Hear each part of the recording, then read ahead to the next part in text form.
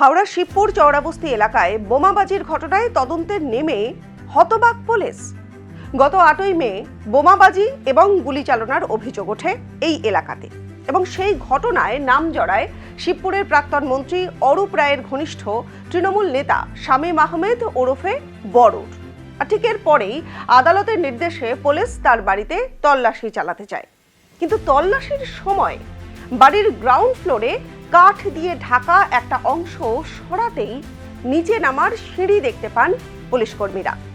সেই সিঁড়ি দিয়ে নিচে পৌঁছে পুলিশ দেখতে পায় একটি বেসমেন্ট, যেখানে রাখা ছিল দামি ফার্নিচার থেকে শুরু করে একাধিক বিলাসবহুল সামগ্রী। এরপরেই বাড়ির ভিতরের কিছু ছবি সোশ্যাল মিডিয়াতে ভাইরাল হয়ে যায়। তারপরেই অনেকে দাবি করে যে বাড়ির ভিতরে নাকি গোপন কোনো সুড়ঙ্গ রয়েছে। যদিও হাওড়া সিটি পুলিশ একজন উচ্চপদস্থ আধিকারিক তিনি জানাচ্ছেন যে ভাইরাল হওয়া যে ছবিগুলো সত্যি হলেও কোনো গোপন সুড়ঙ্গের অস্তিত্ব মেলেনি, সেটি শুধুমাত্র এক ফ্লোর থেকে অন্য ফ্লোরে যাওয়ার সিঁড়ি মাত্র। আর অন্যদিকে অভিযুক্তের পরিবারের সদস্যরা তারা বর্তমানে রয়েছে পলাতক।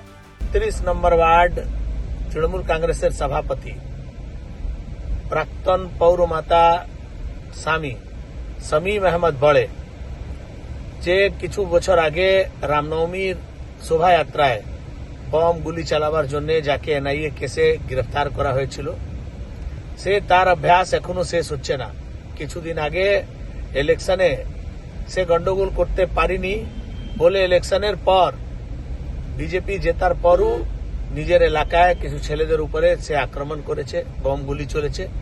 এই সমস্ত বিষয়ে কোনোভাবেই বরদাস্ত করা যাবে না। বিজেপি অনেক রকম অভিযোগ করে।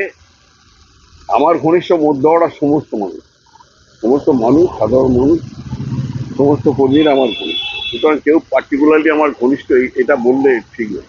যদি কেউ অন্যায় করে থাকে, আইন যদি হাতে নিয়ে থাকে, police will take its own course, police will take action.